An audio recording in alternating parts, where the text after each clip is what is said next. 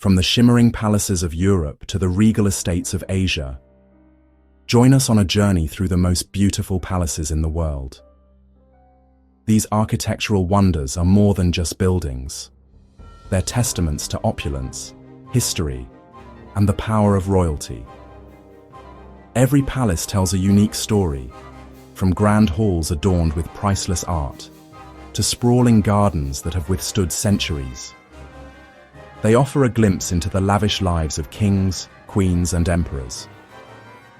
Get ready to discover the stories, the beauty, and the history behind some of the world's most stunning palaces. Let the splendor take your breath away. In the heart of France stands one of the most magnificent palaces ever built, Versailles, a symbol of absolute power, royal extravagance, and breathtaking artistry. Originally a simple hunting lodge, King Louis XIV transformed it into the grandest royal residence in the world. The famous Hall of Mirrors, with its 357 dazzling mirrors, was designed to showcase the king's wealth and power. Beyond the palace walls, the gardens stretch over 2,000 acres. Perfectly manicured landscapes, grand fountains, and hidden groves that once hosted royal celebrations. These gardens weren't just for beauty. They were a statement of dominance over nature itself. But this grandeur came at a cost. By 1789, the people of France, burdened by heavy taxes and hunger, revolted. The royal family was forced to flee, and Versailles became a symbol of the monarchy's downfall. Today, Versailles stands as a UNESCO World Heritage Site, welcoming millions who come to marvel at its history and splendor. A palace of power, beauty, and revolution. Versailles remains a timeless wonder, where history whispers through its gilded halls. Rising above the city of Granada, the Alhambra is a masterpiece of Moorish art, history, and culture. A palace, a fortress, and a symbol of Spain's Islamic heritage. Built in the 13th century by the Nasrid dynasty, the Alhambra was the last great Muslim stronghold in Spain. A place where sultans ruled in splendor, surrounded by intricate designs and poetic inscriptions. Every hall and courtyard was crafted to reflect divine beauty, with its detailed mosaics, flowing fountains, and breathtaking symmetry. Beyond the palace walls lies the general life, the Sultan's summer retreat, a paradise of cascading fountains, fragrant flowers, and tranquil walkways designed for peace and reflection. But in 1492, history took a turn. The Catholic monarchs, Ferdinand and Isabella, reclaimed Granada, marking the end of Islamic rule in Spain. The Alhambra became a royal residence, then later, an inspiration for poets, artists, and travelers from around the world. Today, the Alhambra stands as a UNESCO World Heritage Site, an eternal link to a lost empire, where echoes of Moorish Spain still whisper through its walls. A fortress of history, an oasis of beauty. The Alhambra is more than a palace. It is a legend carved in stone. Standing in the heart of London, Buckingham Palace is more than just a royal residence. It is a symbol of British history, tradition, and power. Originally built as Buckingham House in 1703, this grand estate became the official residence of British monarchs in 1837, when Queen Victoria took the throne. Since then, it has been the backdrop for royal ceremonies, state visits, and moments that have shaped the United Kingdom. Inside, the palace boasts 775 rooms, from grand ballrooms that host world leaders to the Queen's private chambers filled with history and elegance. Outside, the iconic changing of the guard ceremony draws millions, a timeless tradition of discipline and duty.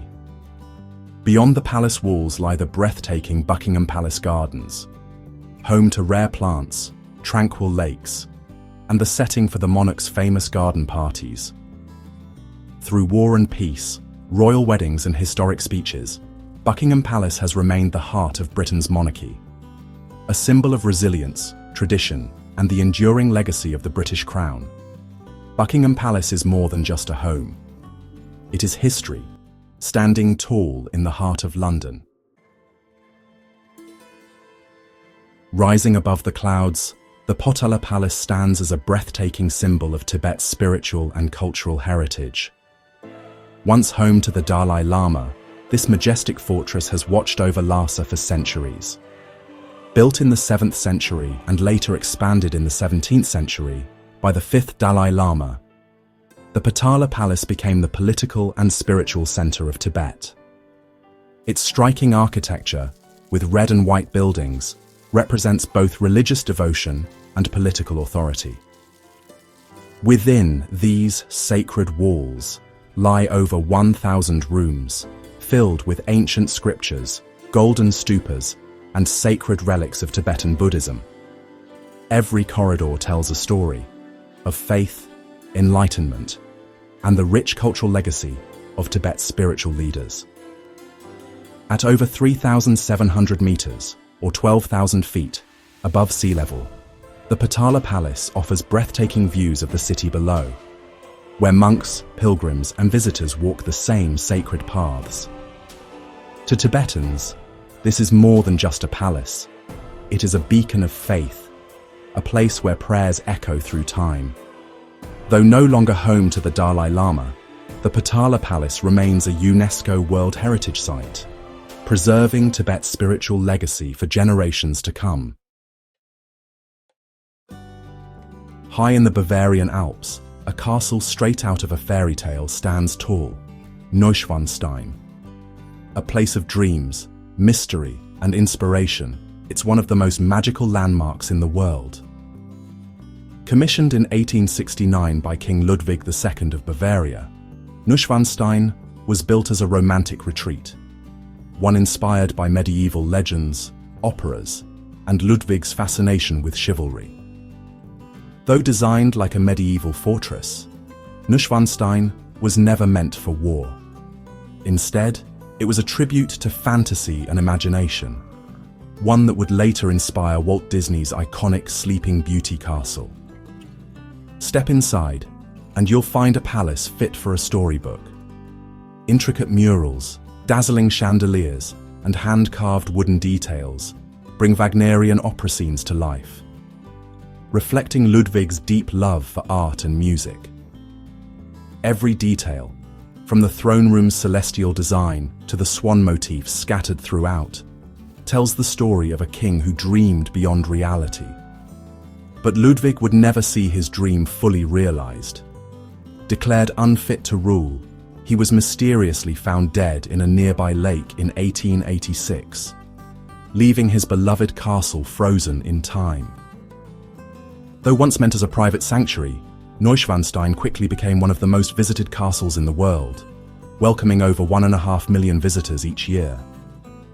Today, Neuschwanstein stands as a symbol of fantasy and wonder, a place where reality and fairy tales meet. A king's dream may have ended, but his magical legacy lives on. Hidden behind towering red walls lies the Forbidden City, the grandest imperial palace in China's history.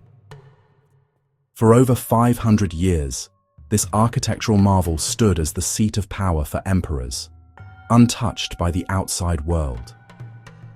Built in 1420 during the Ming Dynasty, this vast complex spans 180 acres and contains nearly 1,000 buildings. Designed with feng shui principles, every structure reflects harmony, order, and imperial authority. The Hall of Supreme Harmony, the largest and most magnificent hall, was where emperors held grand ceremonies, from coronations to royal banquets. Inside these walls, emperors ruled with absolute power.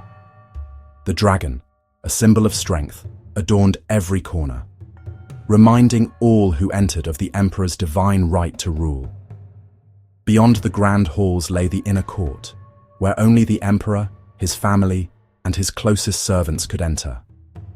It was a world of luxury, but also secrecy and intrigue.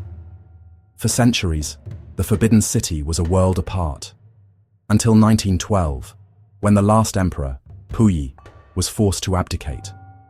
The age of imperial China had come to an end.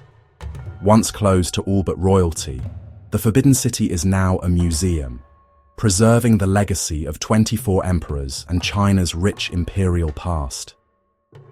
Today, the Forbidden City stands as a UNESCO World Heritage Site, welcoming over 15 million visitors each year.